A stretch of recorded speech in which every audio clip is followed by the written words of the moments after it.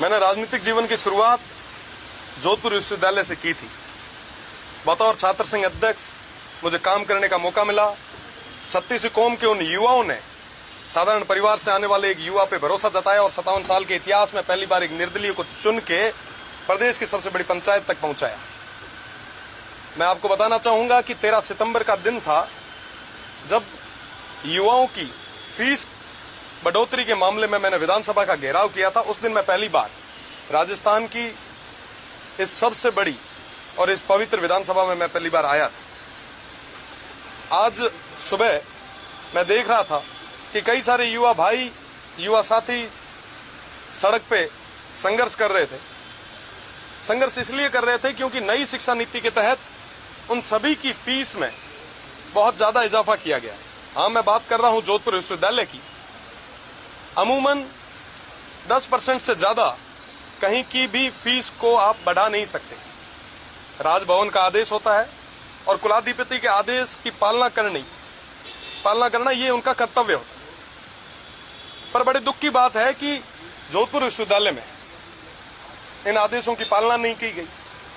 ग्रामीण परिवेश से आने वाले उन विद्यार्थियों पे एक आर्थिक बोझ डाला गया जो हम सभी के लिए, विशेषकर मेरे लिए पीड़ा की बात है क्योंकि मैं उसी विश्वविद्यालय से निकला हूं। आपको मैं बताना चाहूंगा कि इस बार डेटा हैंडलिंग के नाम पे, ऑनलाइन फॉर्म के नाम पे पर स्टूडेंट 3 साल के 5400 से 5500 तक 5 से 6 हजार रुपए ज्यादा लिए जा रहे हैं।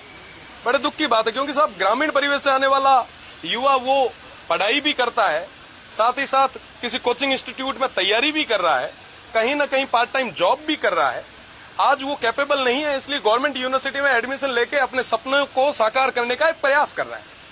पर उनके साथ जब ऐसा कुठाराघात होता है तो कहीं ना कहीं दुख होता है, एक पीड़ा होती है। मैं आपको बताना चाहूंगा कि इनकी जो सेमेस्टर फीस है, पहले एनुअल एग्जाम हुआ करते थे, अब सेमेस्टर एग्जाम हो गए हैं। एनुअल एग्जाम में एक बार ही फीस ली जाती थी, अब हर 6 महीने में ये फीस लेने लग गए।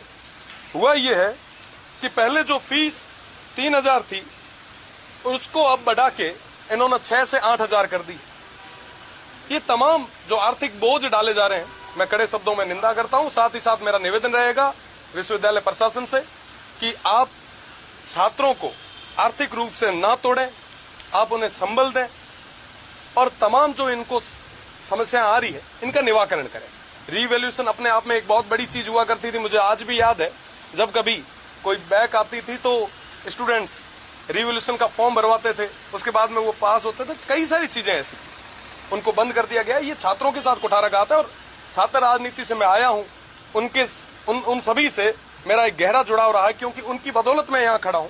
तो निश्चित तौर पे उनकी बात को मजबूती से रखूंगा। आने वाले समय में अगर जरूरत रही तो प्रदेश की सबसे बड़ी पंचायत में इसी बात को रखा भी जाएगा। मेरा निवेदन अभी जोधपुर विश्वविद्यालय के प्रशासन से, कुलाधिपति से कि आप इस मामले में संज्ञान लेके छात्रों को राहत प्रदान करें। साथ ही साथ मैं निवेदन करना चाहूंगा तमाम छात्र संगठनों से कि आप सभी को उन छात्रों की आवाज को मजबूत करना चाहिए।